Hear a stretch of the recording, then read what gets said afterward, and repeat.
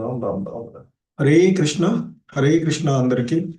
So ఈరోజు level 3 ఉపదేశ అమృతము శ్రీల రూప గోస్వాముల వారి విరచితమైనటువంటి ఈ ఉపదేశ అమృతానికి శ్రీ ఇస్కాన్ సంస్థాపక ఆచార్యులైనటువంటి శ్రీల ప్రభుపాదుల వారి యొక్క ప్రామాణిక వ్యాఖ్యానం ద్వారా ఈ ఉపదేశ అమృతాన్ని మనము చూస్తూ ఉన్నటువంటిది. హరే కృష్ణ. ఓం అజ్ఞానతిమిరాంధస్య జ్ఞానాంజనశలాకయా చక్షురున్మిలితం యేన తస్మై శ్రీ గురవే నమః. శ్రీ చైతన్య మనోభీష్టం స్థాపితం యేన భూతలే స్వయం రూపః కదా మహ్యం దదాతి స్వపదాంతికం. వందేహం శ్రీగురు శ్రీయుతపదకమలం శ్రీగురూన్ వైష్ణవాంశ. శ్రీరూపం సాగ్రజాతం సహగణ రఘునాథాన్వితం తం సజీవం సాద్వైతం సావధూతం పరిజన సహితం కృష్ణ చైతన్యదేవం శ్రీరాధా కృష్ణ పాదాన్ సహగణ లలితా శ్రీ విశాఖాన్వితాంశ. నమా ఓం విష్ణుపాదాయ కృష్ణ ప్రేష్టాయ భూతలే శ్రీమతే భక్తి వేదాంత స్వామిని ఇతి నామిని. నమస్తే సారస్వతే దేవే గౌరవాణి ప్రచారిణి నిర్విశేష శూన్యవాది పాశ్చాత్యదేశ తారిణి. జయ శ్రీ కృష్ణ చైతన్య ప్రభు నిత్యానంద శ్రీ అద్వైత గదాధర శ్రీవాసాది గౌర భక్త వృంద. హరే కృష్ణ కృష్ణ కృష్ణ హరే హరే హరే రామ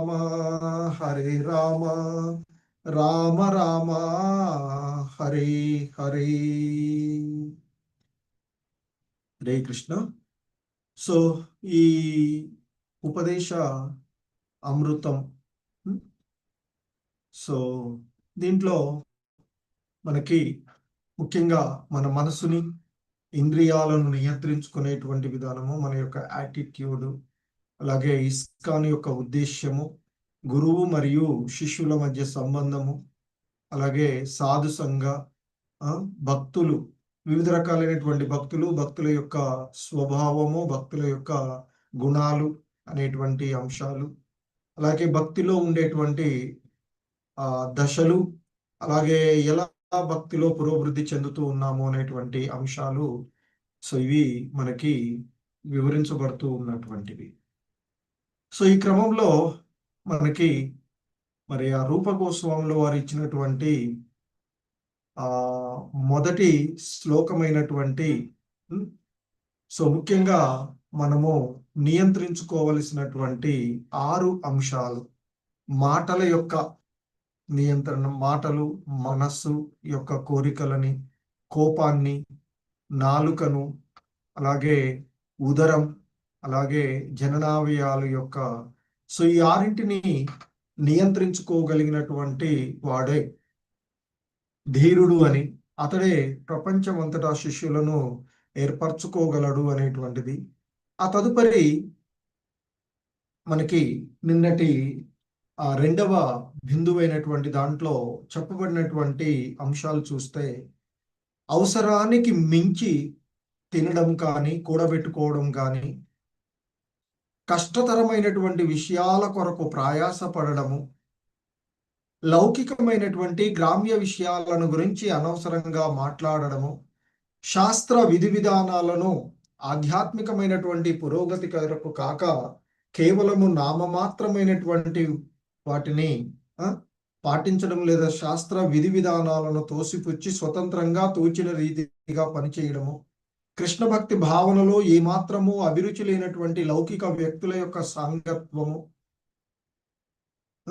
అలాగే భౌతికమైనటువంటి అంశాల పట్ల అత్యాశను కలిగి ఉండడము అనేటువంటి ఈ 6 అంశాలు భక్తికి ఆటంకాన్ని కలిగిస్తాయి అనేటువంటిది చెప్పబడినటువంటిది. ఓకే, మరి ఆ భక్తికి ఆటంకాన్ని కలిగించేటువంటి మరి విషయాలు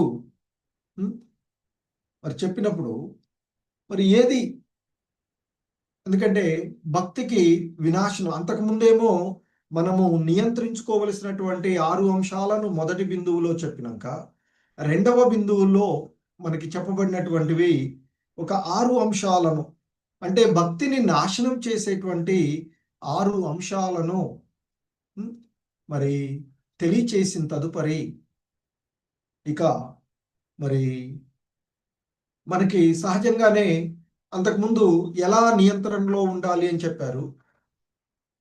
నియంత్రణ గురించి చెప్పిన తదుపరి మనకు వచ్చినటువంటి అంశం ఏంటి? భక్తికి ఆటంకాన్ని కలిగించేటువంటివి కదా. అంటే భక్తిని నాశనం చేసేటువంటి 6 అంశాలు, 6 కారణాలను తెలియచేసినాక తదుపరి ఆటోమేటిక్గా మనకు వచ్చేటువంటి భావన ఏంది?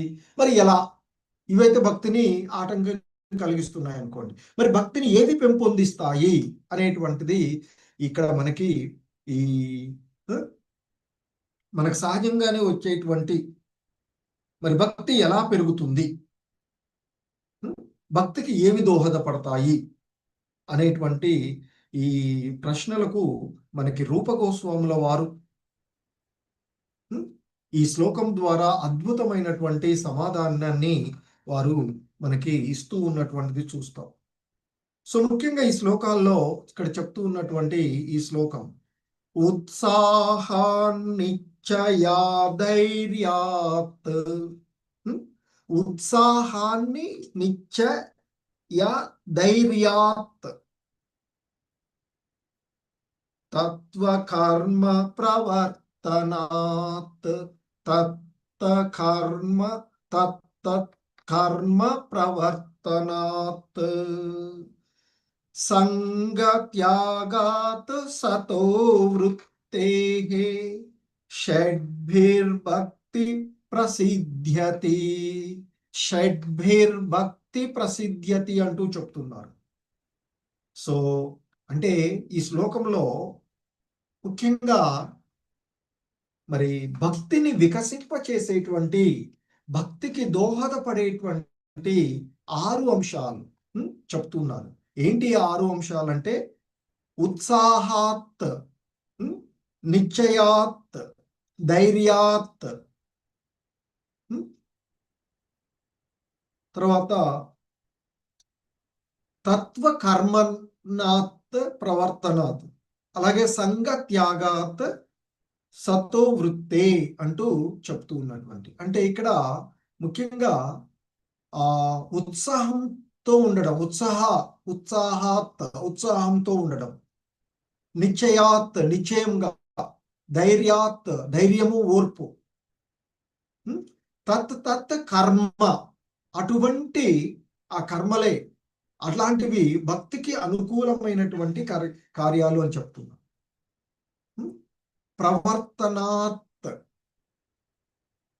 ముఖ్యంగా ఇక్కడ ఉత్సాహం అంటే ఉత్సాహంగా ఉండడము, నిశ్చయాత్ నిశ్చయంగా ఉండడము లేదా దృఢమైనటువంటి విశ్వాసంతో ఉండడము, ధైర్యము అంటే ఓర్పు లేదా సహనము, ధైర్యాత్, అలాగే తత్వ కర్మ ప్రవర్తనాత్ అంటే శాస్త్రానుసారంగా, సో భక్తికి అనుకూలమైనటువంటి కార్యాలనే నిర్వహించడం చేత సంగత్యాగాత్ అని చెప్పబడుతుంది. ఇక్కడ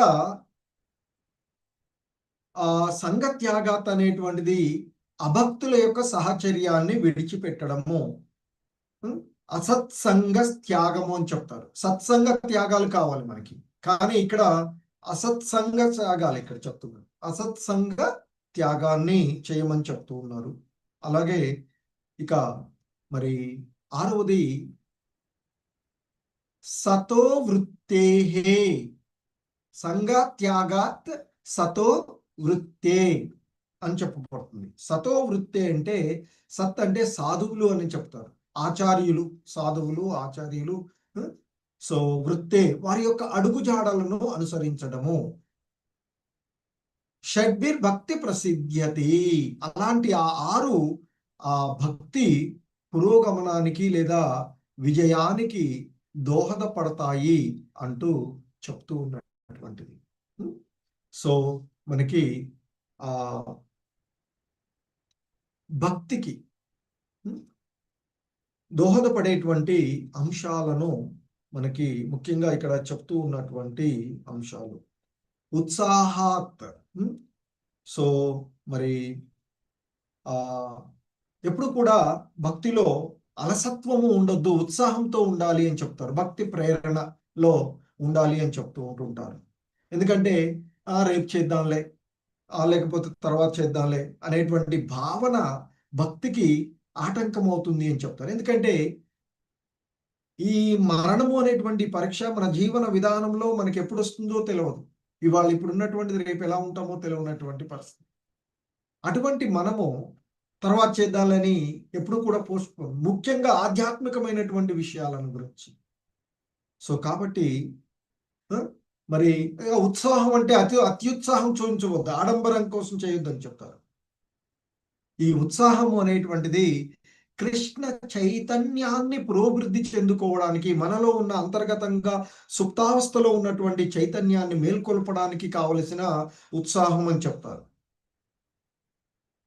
ఎందుకంటే ఉత్సాహం లేకుండా నీరుగారు చేస్తున్నాం అనుకోండి, జపం చేస్తున్నాం, హరే కృష్ణ హరే కృష్ణ అన్నాం అనుకోండి, అది ఒక భారంగా మారిపోతూ ఉంటుంది. సో ఈ ఉత్సాహము అనేటువంటిది మన యొక్క భక్తికి ఒక ఇంజన్ లాంటిది అని చెప్తారు. సో అలా ఆ ఉత్సాహం ద్వారా, ఉత్సాహంతో మనము ఆ భక్తిని కొనసాగించాలి అని చెప్తూ ఉంటుంటాం. ఇక రెండవ అంశము నిశ్చయంతో యత్నించడము. నిశ్చయాత్ అని చెప్పబడినటువంటిది అంటే ఒక దృఢమైనటువంటి విశ్వాసంతో ఉండడం. నిశ్చయాత్. సో ఒక దృఢ విశ్వాసంతో ఉండి మరి ఏ పరిస్థితులు వచ్చినా, ఎటువంటి పరిస్థితులలోనైనా మనము స్థిరంగా నిశ్చయంతో ఉండాలి అని చెప్తూ ఉంటుంటారు. ఒక మనకి ఫలితాలు వస్తూ ఉన్నా రాకపోయినా వెంటనే, ఎందుకంటే మనము ఏదైనా చేసామనుకోండి వెంటనే ఫలితాలు ఇచ్చేవు కదా. సో కనుక మనకుండేటువంటి పరిస్థితులు అంత అనుకూలంగా మారిన పరిస్థితులు వెంటనే ఫలితాలు రాకపోవచ్చు. అంత మాత్రాన మార్గాన్ని మార్చకూడదు అని చెప్తారు. కాబట్టి నిశ్చయంతో, దృఢ విశ్వాసంతో ఉండాలి అని చెప్తారు. ఎందుకంటే ఒకవేళ దృఢమైనటువంటి విశ్వాసము, నిశ్చయం లేదు అనుకోండి, మన యొక్క సాధన, మన యొక్క భక్తి సాధన అది మధ్యలోనే ఆగిపోతుంది అని చెప్తూ ఉంటుంటారు. అలాగే ధైర్యాత్ చెప్పబడింది. నిశ్చయాత్ ధైర్యాత్. ధైర్యాత్ అంటే ధైర్యము అంటే సహనము, ఓర్పు అని చెప్తూ ఉంటారు కదా. సో కనుక మరి చాలా సహనంతో ఉండాలి అని చెప్తారు. ఎందుకంటే భక్తి అనేటువంటిది వాళ్ళ ఏగానే ఇన్స్టాంట్ గా వచ్చేటువంటిది కాదు. సో మరి మనము ఎన్నో అంశాలు చూస్తాం. రైతు విత్తనాలు వేసాడు అనుకోండి, అప్పటికప్పుడే పంటలు రావు కదా. కొన్ని రోజులు పడుతుంది, కొన్నిసార్లు నెలలు పడుతూ ఉంటుంది. కానీ ఖచ్చితంగా ఓర్పుతో అయినా చేస్తూ ఉంటారు. అలా మాదిరిగానే మనం కూడా భక్తి బీజాన్ని నాటినప్పుడు ఆ భక్తి వృక్షంని పెంపొందించడానికి ఎంతో ఓర్పుతో ఉండాలి అని చెప్తూ ఉంటాం. ఓర్పు వహించి ఉండడం. సో ఒకటి ఉత్సాహంతో ఉండడము, భక్తికి ప్రేరణ అయినటువంటి ఉత్సాహంతో కలిగి ఉండడము. నిశ్చయంతో ఉండడం, నిశ్చయంతో ప్రయత్నం చేయడము దేన్నైనా. ధైర్యాత్ ఓర్పు వహించి ఉండడము, మనకి అనుకూలించేంత వరకు ఓర్పుతో ఉండడము ముఖ్యమని చెప్తూ ఉంటుంటారు. సో మరి నాలుగవది ఇక్కడ మనకి చెప్పబడినట్టు తత్ కర్మ అని చెప్తున్నారు. అంటే భక్తికి అనుకూలంగా అంటే ఏంటి? భక్తికి అనుకూలంగా ఉండేటువంటి నియమాలను అనుసరించి పనిచేయడం, శాస్త్రానుసారం పనిచేయడం. నియమాలను అనుసరించి పనిచేయడం అంటే శాస్త్రాలు. మనకి శాస్త్రాల్లో ఏం చెప్తున్నాయి? శ్రవణం, కీర్తనం, విష్ణు స్మరణం, నవవిధ భక్తి మార్గాల్లో దేన్నో చేస్తూ సంగత్యాగాత్. అంటే అభక్తుల యొక్క సాహచర్యాన్ని విడిచిపెట్టడం, అసత్సంగాన్ని వదిలిపెట్టి సత్సంగాల్లో ఉండాలి, అసత్సంగంలో ఉండొద్దు. అసత్ అసత్సంగ కదా. సో కాబట్టి మరి ఇక్కడ ఆ అభక్తుల యొక్క సహచర్యాన్ని విడిచిపెట్టాలి.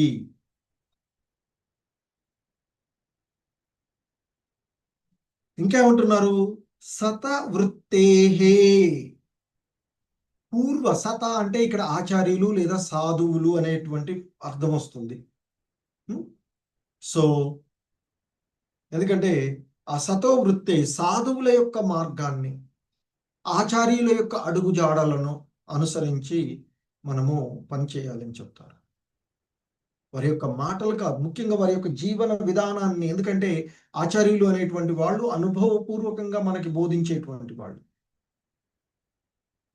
సో అందుకే ఇక్కడ ఈ అనేటువంటి ఉత్సాహము, నిశ్చయము, ఓర్పు, నియమాలను పాటించడము, అభక్తుల యొక్క సహచర్యాన్ని వదిలివేయడము, ఆచార్యుల యొక్క పూర్వ ఆచార్యుల యొక్క అడుగుజాడలలో నడవడము అనేటువంటి 6 నియమాలు ఏవైతే ఉన్నాయో, ఈ 6 ఉంటే భక్తులు మనిషిలో ఖచ్చితంగా భక్తిలో పురోభివృద్ధి చెందుతారు అని చెప్తారు. ఉత్సాహం ఉండడము, భక్తి చేయాలి అనేటువంటి ఉత్సాహం, భగవంతుని ఆశ్రయించాలి, భగవంతుని యొక్క భావనలో ఉండాలి అనేటువంటి ఉత్సాహము, నిశ్చయం. సో నిశ్చయంతో ఉండడం అంటే ఒక దృఢమైన నిశ్చయత, అంటే దృఢమైనటువంటి విశ్వాసంతో ఉండడం, ఒక దృఢ విశ్వాసం, సంకల్పంతో. సో మరి ఇంకా ఓర్పుతో ఉండడం, శ్రవణం, కీర్తనం, స్మరణం, అర్చనం, వందనం, దాస్యం, అలాంటి ఆ భక్తి నియమాలను పాటిస్తూ అభక్తుల యొక్క సహచర్యాన్ని వదిలేయడం. సో ఇంకా మరి పూర్వ ఆచార్యుల యొక్క అడుగుజాడల్లో నడవడము అనేటువంటి మరి వీటిని షడ్భిర్భక్తి ప్రసిద్ధ్యతి అని చెప్పబడింది. అంటే ఈ షడ్భిర్భక్తి అంటే ఈ 6 ఉంటే భక్తి తప్పకుండా విజయం సాధిస్తుంది. ఈ 6 నియమాల 6ంటిని మనం పాటించినప్పుడు. సో ఎందుకంటే ఏవి భక్తికి ఆటంకం కలిగిస్తున్నాయో చెప్పిన తదుపరి రూపగోస్వాముల వారు మరి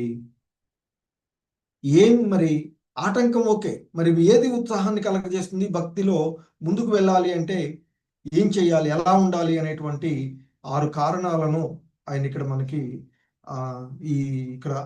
ఈ శ్లోకం ద్వారా అద్భుతమైనటువంటి సమాధానం. ఎందుకంటే ముందుగా నియంత్రణ ఉండడము, తర్వాత మరి చేయకూడనేటువంటి చెప్పినారు కదా, ఏవి భక్తికి ఆటంకం కలిగిస్తుందో చెప్తున్నప్పుడు మరి ఏవి భక్తిని పురోభివృద్ధి చెందుతాయో అనేటువంటిది ఈ శ్లోకం ద్వారా మనకి ఆయన అద్భుతమైనటువంటి సమాధానాన్ని ఇస్తూ ఉన్నట్లుగా ఇక్కడ చెప్తూ ఉంటారు శ్రీల ప్రభుపాదుల వారు. సో ఈ క్రమంలోనే మరి శ్రీల ప్రభుపాదుల వారి యొక్క వివరణము మనం కొంత చూసినట్లయితే ఇక్కడ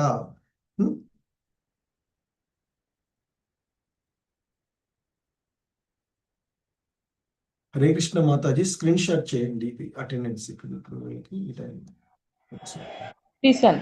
హరే కృష్ణ. సో ఇక శ్రీల ప్రభుపాదులు వారు చెప్తుంటారు, ఈ భక్తి అనేటువంటిది మనకి మానసికమైన అంటే భక్తి యోగము అనేటువంటిది ఈ మానసిక కాల్పనికమైనటువంటి విషయం కానీ లేదా ఊహలతో ఊహాజనితమైనటువంటి ఆనందం కానీ కాదు. మరి భక్తి అనేటువంటిది ప్రత్యక్ష రసానుభూతి, ప్రత్యక్ష కార్యాచరణమే మనకి భక్తియుత సేవ అని చెప్తూ ఉంటుంటారు. ఎందుకంటే మనకి భక్తి రసామృత సింధువు అనేటువంటి ఆ గ్రంథంలో రూపగోస్వాముల వారు భక్తి యోగము లేదా విశుద్ధ భక్తిని ఆయన నిర్వహిస్తారు. ఈ విధంగా నిర్వచిస్తూ ఉంటారు. ఆయన అంటే ఉత్తమమైనటువంటి భక్తి అంటే ఏంటో చెప్తారు ఆయన ఇక్కడ. మనకి భక్తి రసామృత సింధువు అనేటువంటి గ్రంథంలో అన్యాభిలాషితాశూన్యం జ్ఞాన కర్మాధ్యనావృతం ఆనుకూల్యేన కృష్ణానుశీలనం భక్తి రుత్తమా. సో అంటే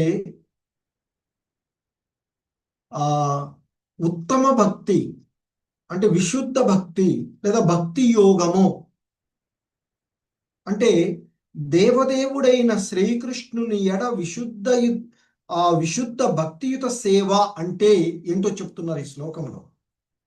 అన్యాభిలాషిత శూన్యం. సో ఎటువంటి అభిలాష, ఎటువంటి కార్యకలాపాలను గురించి మనము ఆలోచించవలసినటువంటి, ఎటువంటిది మనకి ఎలాంటి అభిలాష ఉండొద్దు అని చెప్తున్నారు. ఇతర అభిలాషలు ఏవి ఉండదు. ఏముండాలి మరి? భగవంతుని యొక్క ధ్యాస మాత్రమే, భగవంతు సంబంధమైనటువంటి విషయాలు మాత్రమే ఉండాలి తప్ప అన్యమైనటువంటి అభిలాష ఏమీ ఉండవద్దు.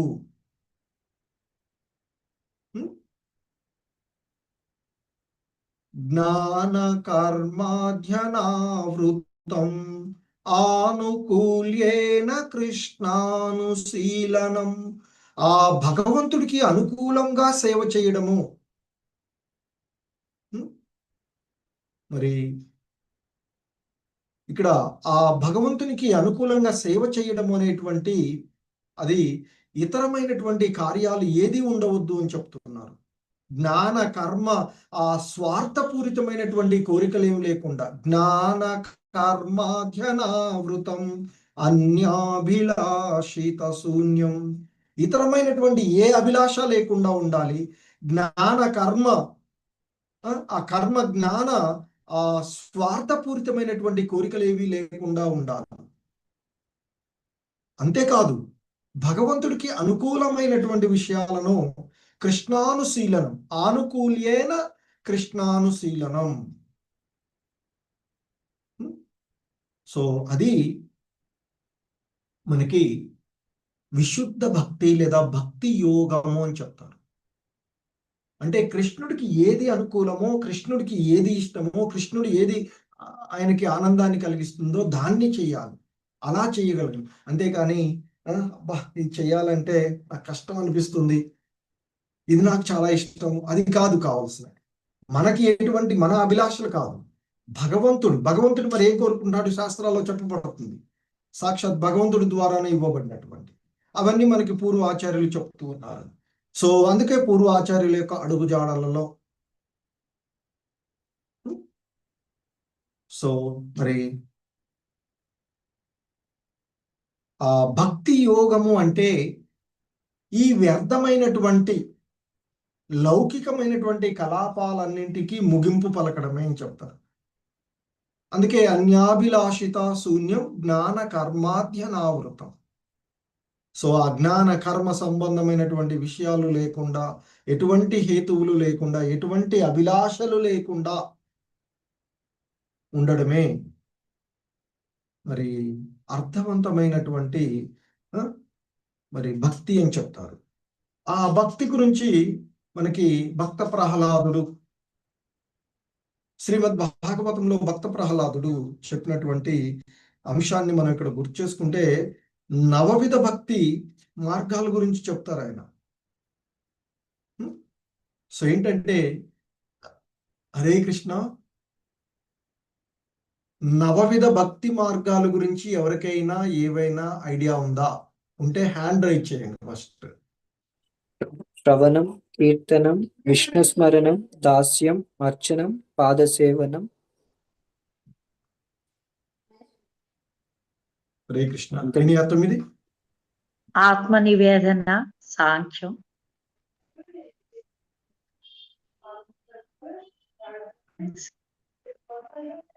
హరే కృష్ణ, హరి బోల్. సో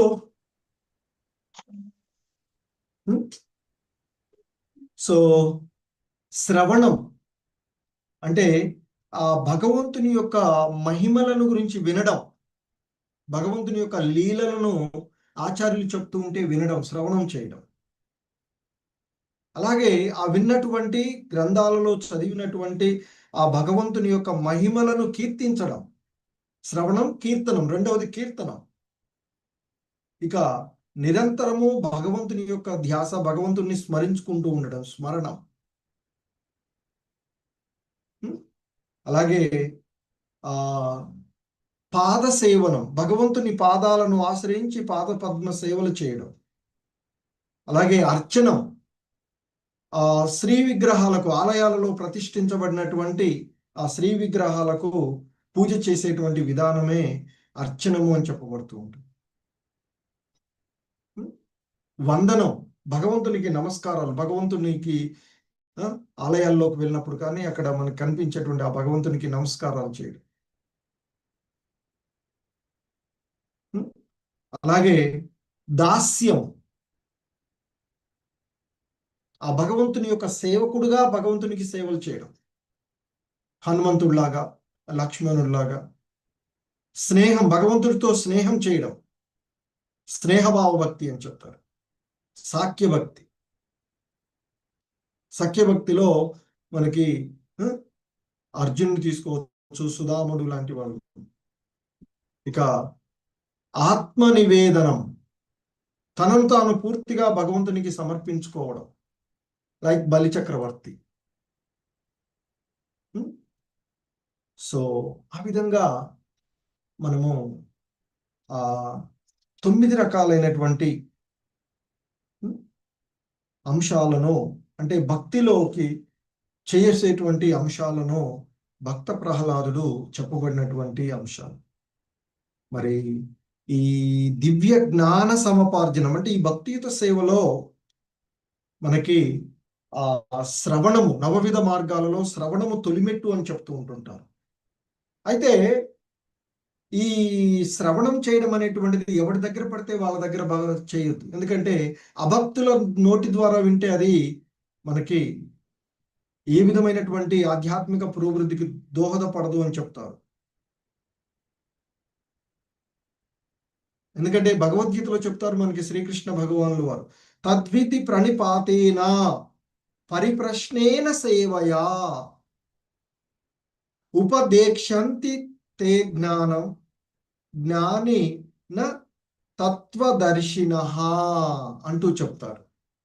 అంటే ఒక ప్రామాణికమైనటువంటి గురువుని ఆశ్రయించి గురువు చెంతకు చేరి సత్యాన్ని తెలుసుకోవడానికి ప్రయత్నం చెయ్యి అని చెప్తారు. అలాగే వినయంతో ప్రశ్నలు వేసి ఆయనను సేవించు. మరి ఎందుకంటే ఆత్మదర్శి అయినటువంటి ఆ మహాత్ముడు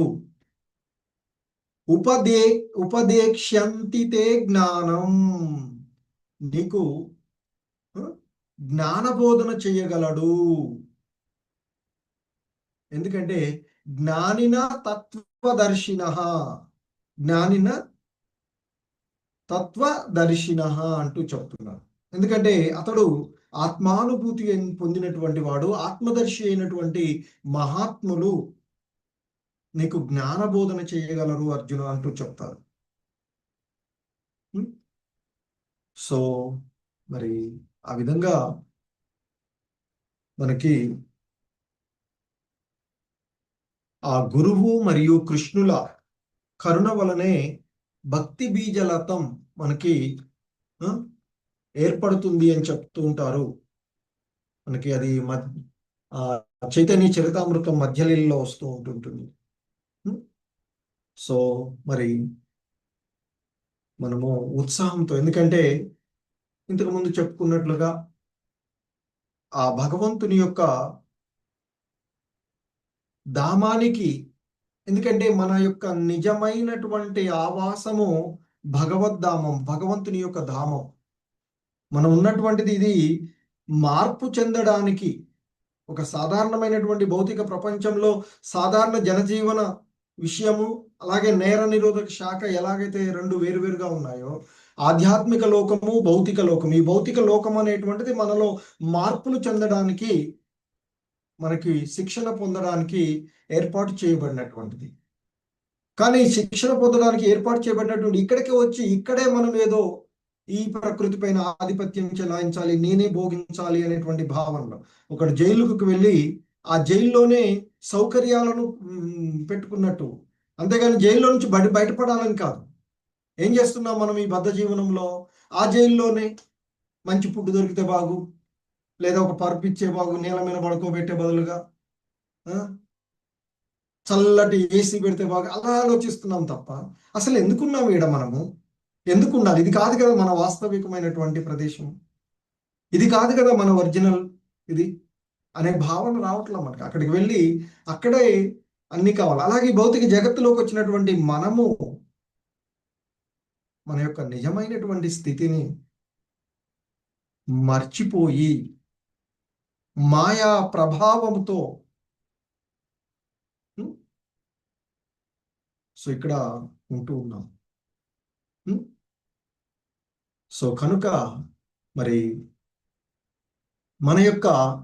మనము ఎక్కడికైనా వెళ్ళామనుకోండి, కొన్ని రోజులు తిరిగి మన సొంత ప్రదేశానికి వస్తూ ఉంటే ఎలా వస్తాం? చాలా ఉత్సాహంతో వస్తూ ఉంటుంటాం కదా, రావాలి కదా, అలాగే వస్తాం కదా. సో మరి తిరిగి భగవద్ధామానికి వెళ్ళాలంటే ఎలా ఉండాలి? ఉత్సాహంతో ఉండాలి. సో భగవద్ధామానికి తిరిగి వెళ్ళేటువంటి మహదవకాశాన్ని మనుజుడు ఎంతో ఉత్సాహంతో నిర్వహించాలి అని చెప్తారు శ్రీల ప్రభుపాదుల వారు. ఎందుకంటే ఉత్సాహం లేకపోతే ఎవడు కూడా జయప్రద కాలేడు అని చెప్తూ ఉంటుంటారు. మరి ఈ భక్తి యోగంలో మరి పురోభివృద్ధి చెందాలి అంటే, పూర్ణత్వాన్ని పొందడానికి మనిషి మరి అన్ని దశల్లోనూ గురువు యొక్క నిర్దేశం ద్వారా ఆ భక్తియుత కార్యాలను నిర్వహించాలి అని చెప్తూ ఉంటుంటారు. ఎందుకంటే ఈ సమస్తము కూడా భగవంతునికి సంబంధించినటువంటిది. సో ఆయన తన యొక్క కార్యకలాపాలను పరిమితం చేసుకోవాలనుకో. సో కనుక మరి ఏది కూడా భగవంతుడి నుండి స్వతంత్రంగా లేనటువంటిది, ప్రతిదీ సర్వము నిన్న కూడా చెప్పుకున్నాం, ఈశోవాసం అదేనటువంటి ఈశోపనిషత్తులో చెప్పబడినటువంటి శ్లోకం ద్వారా మనము చూసినటువంటిది కదా. ఎందుకంటే ఇదంతా కూడా ఆ భగవంతునికి సంబంధించినటువంటిది. సో కనుక మరి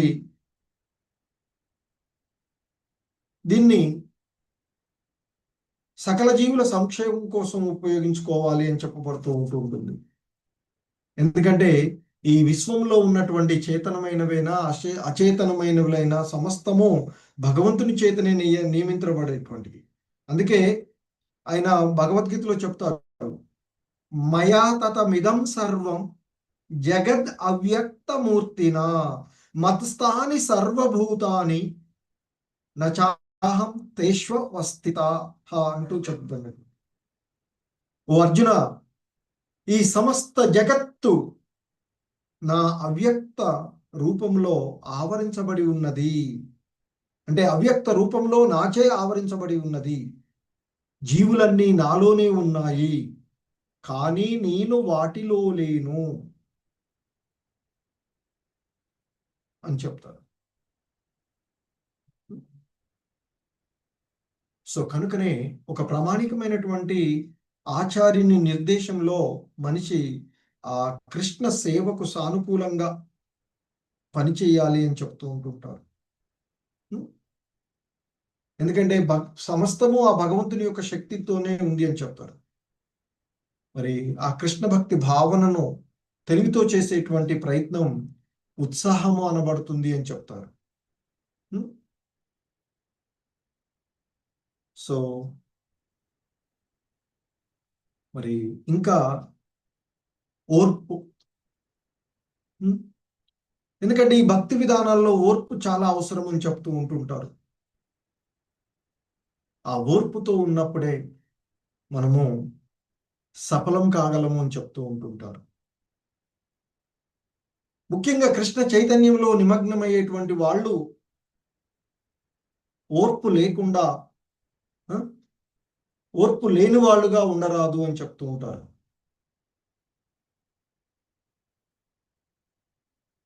ఎందుకంటే దీనికి ఆ ఓర్పు అనేటువంటి దానికి మనకి మన ఇస్కాన్ సంస్థాపక ఆచార్యులే మనకి ఒక బెస్ట్ ఎగ్జాంపుల్ గా చెప్తారు.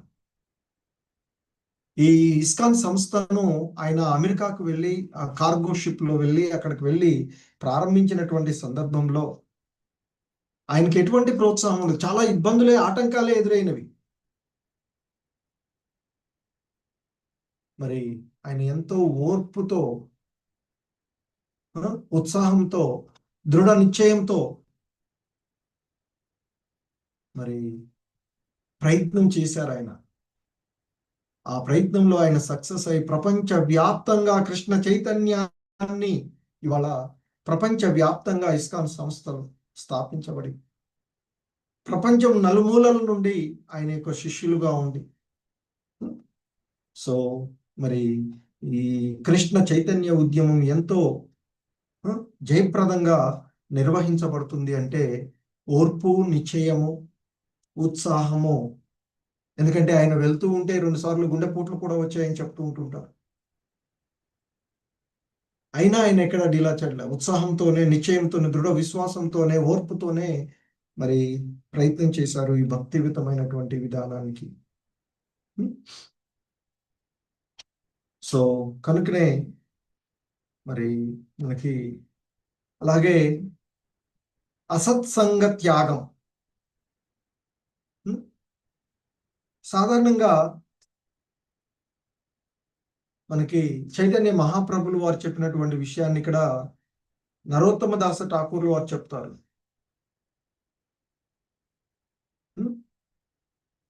ఏ వైష్ణవ ఆచారమైన లౌకిక జనుల యొక్క అంటే అభక్తుల యొక్క సాంగత్వాన్ని విడిచిపెట్టాలి అని, అలా విడిచిపెట్టినటువంటి వాడే వైష్ణవుడు అని చైతన్య మహాప్రభువులు సమాధానం ఇచ్చినటువంటి అంశాన్ని ఇక్కడ గుర్తు చేస్తూ ఉంటారు.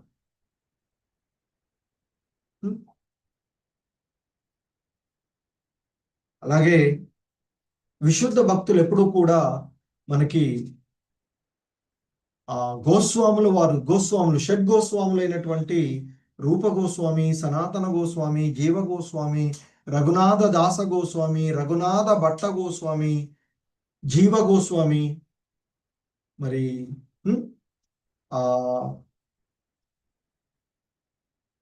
రఘునాథ దాస గోస్వామి, గోపాల భట్ట గోస్వామి, గోపాల భట్ట గోస్వామి. సో ఈ 6 షడ్ గోస్వాములు ఆ మనుషులు ఆ భక్తుల యొక్క సాంగత్యంలో జీవిస్తే మనకి అంటే వారి యొక్క ఆచరణాత్మక వారు ఏదైతే మనకి ఇచ్చారో వాటిని పాటిస్తూ, అందుకే మనకి ఆ రూప గోస్వాములు వారి ఈ శ్లోకాలు మనకి చెప్తూ ఉన్నటువంటిది ఉత్సాహంగా ఉండడము, నిశ్చయంతో ఉండడము, ఓర్పును కలిగి ఉండడము, అవాంఛితమైనటువంటి సాంగత్యాన్ని విడిచిపెట్టడము, విధి నియమాలను తప్పక పాటించడము, అలాగే పూర్వాచార్యులైనటువంటి భక్తుల యొక్క సాంగత్వంలో ఉండడము చెయ్యాలి అని చెప్తారు. అలాంటి వాడే తప్పకుండా భక్తిలో పురోభివృద్ధి చెందుతారు అని చెప్తారు.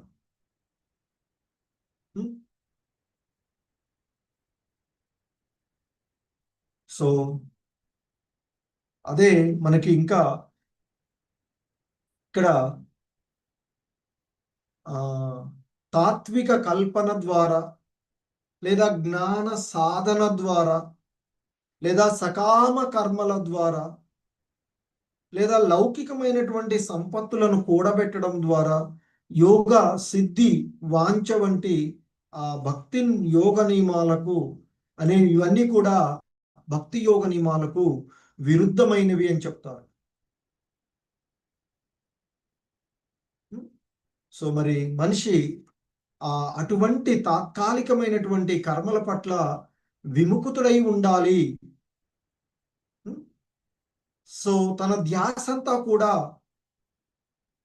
చక్కగా భక్తి యోగ నియమాల వైపుకు మళ్లించాలి అని చెప్తూ ఉంటారు మనకి ఇస్కాన్ సంస్థాపక ఆచార్యులైనటువంటి శ్రీల ప్రభుపాదుల వారి యొక్క గురువు అయినటువంటి శ్రీల భక్తి సిద్ధాంత సరస్వతి గోస్వామి మహారాజు ప్రభుపాదుల వారి యొక్క ఆవిర్భావ దినోత్సవం రేపు ఉన్నట్టు మనకి ఉన్నది, రేపు చూస్తాం.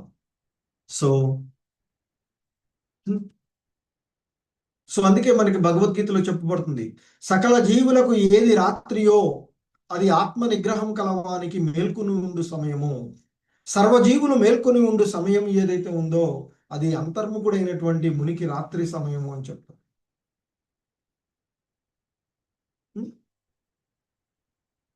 సో అలాగే మరి భక్తి, ఎందుకు మనం భక్తి చేయాలి, ఏంటి నాకేంటి లాభము అనేటువంటి ఒక భావనలో మనకి చూస్తే ఆలోచిస్తూ ఉంటుంది. సో కానీ మనకి జీవుడి యొక్క పరమగమ్యము భగవద్ధామాన్ని చేరుకోవడం. మరి ఆ చేరుకోవడానికి మనకు ఉండేటువంటి మార్గము భక్తి.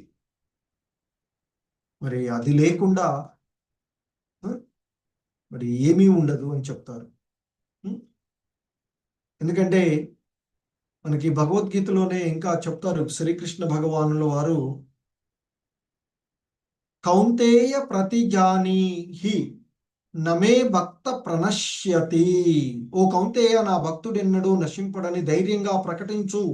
అంటే భక్తి మార్గంలో ఉన్నటువంటి వాడు ఎప్పుడు కూడా మరి పతనం చెందడు అని చెప్తారు. అందుకే భక్తులు ఆ భగవంతుణ్ణి కీర్తించేటువంటి కీర్తనలలో ఆయన్ని కీర్తిస్తూ ఉంటారు. ఆ భగవంతుణ్ణి నమ్ముకున్నటువంటి వాళ్ళు మోసపోయారు అనేటువంటి విషయాన్ని మేము ఎక్కడా చూడలేదు అంటూ చెప్తూ ఉంటారు. సో కనుకనే అలాగే మనకి భగవద్గీతలో చెప్తుంది, భక్తి యోగాన్ని మనం ప్రారంభిస్తే ఎటువంటి నష్టము ఉండదు అని చెప్తారు మనకి. ఏంటి?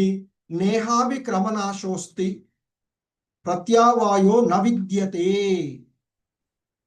స్వల్పమప్యస్య ధర్మస్య త్రాయతే మహతో భయాత్ అని చెప్పబడుతుంది. పొట్ట ఏం చేస్తారేమో వాళ్ళు, నువ్వు చదవడు తక్కువ, మిగతా బ్యాడ్ పనులు ఎక్కువ. హరే కృష్ణ.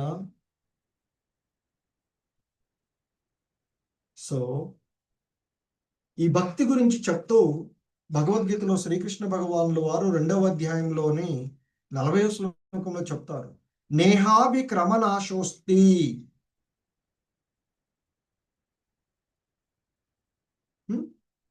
ప్రత్యావాయో నవిద్యతే స్వల్పమప్యస్య ధర్మస్య త్రాయతే మహతో భయాత్.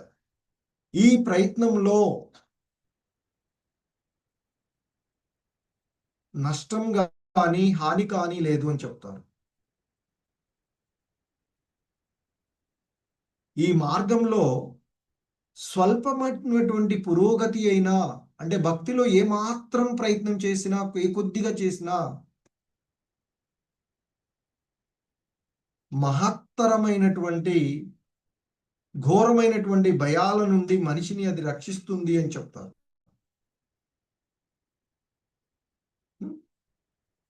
సో భక్తి అనేటువంటిది ఒక ఐస్కాన్ అట్రాక్షన్ లాంటిది అని చెప్తారు. అది ఎంతో పవిత్రమైనది అని చెప్తూ ఉంటారు. ఒకసారి దాని వైపుకు మనం ఆకర్షించబడితే పరిపూర్ణంగా అది మనం బలవంతంగా మనం భగవంతుని వైపుకు, అంటే భక్తి వైపుకు లాగుతూ ఉంటుంది. కానీ అదే సమయంలో ఈ మాయ వైపుకు ఆకర్షించబడ్డా అలాగే జరుగుతూ ఉంటుంది.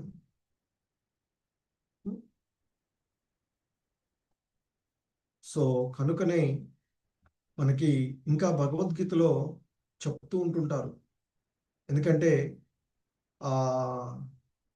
దురాత్మలు, మహాత్ములు అనేటువంటి అంశాలు ఆ భగవద్గీతలో మనకి 9వ అధ్యాయంలోనే మరొక శ్లోకం ఉంటుంది, మహాత్మానస్తు మాం పార్థ దైవీం ప్రకృతిమాశ్రితాః భజంతనన్య మనసో జ్ఞాత్వా భూతాదిం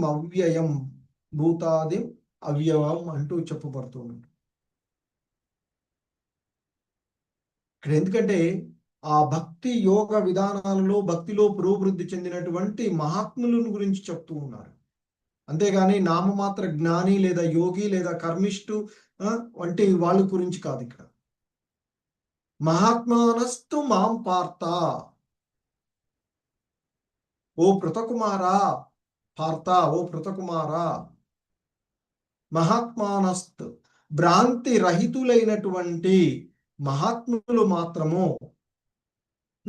దైవీం ప్రకృతి ఆశ్రిత, దైవీ ప్రకృతిని ఆశ్రయించి ఉంటారు అని చెప్తారు. ఇంతకుముందే నిన్న కూడా చెప్పుకున్నాం, భగవంతుని యొక్క శక్తులు 3 రకాలుగా: తటస్థ శక్తి, ఆంతరింగిక శక్తి లేదా హలాదిని శక్తి లేదా దైవీ శక్తి, ఇంకొకటి బాహ్య శక్తి లేదా మాయాశక్తి. సో అలా భగవంతుని యొక్క ఆ దైవీ ప్రకృతిని ఆశ్రయించినటువంటి వాళ్ళు ఆ భగవంతుణ్ణి అనాదిగా ఉన్నవాడు, అవ్యయుడు అయినటువంటి వాడు దేవదేవుడు అని ఎరిగి ఆయన యొక్క భక్తి భావనలో సంపూర్ణంగా నిమగ్నులై ఉంటారు అంటూ చెప్తూ ఉన్నటువంటి. సో కనుక భక్తులందరూ కూడా ఆ భగవానుని యొక్క శక్తి రక్షణలో ఉంటూ భక్తి యోగంలో నిమగ్నమయ్యి ఉత్సాహాన్నిశ్చయాత్ ధైర్యాత్ అన్నట్లుగా, సో ఉత్సాహంతోనూ నిశ్చయంతోనూ ఓర్పుతోనూ విశ్వాసంతోనూ భక్తిని నిర్వహించి భక్తిలో పురోభివృద్ధి చెందాలి అని కోరుకుంటూ ఉన్నాం. హరే కృష్ణ. జగద్గురు శ్రీల ప్రభుపాదికి జై.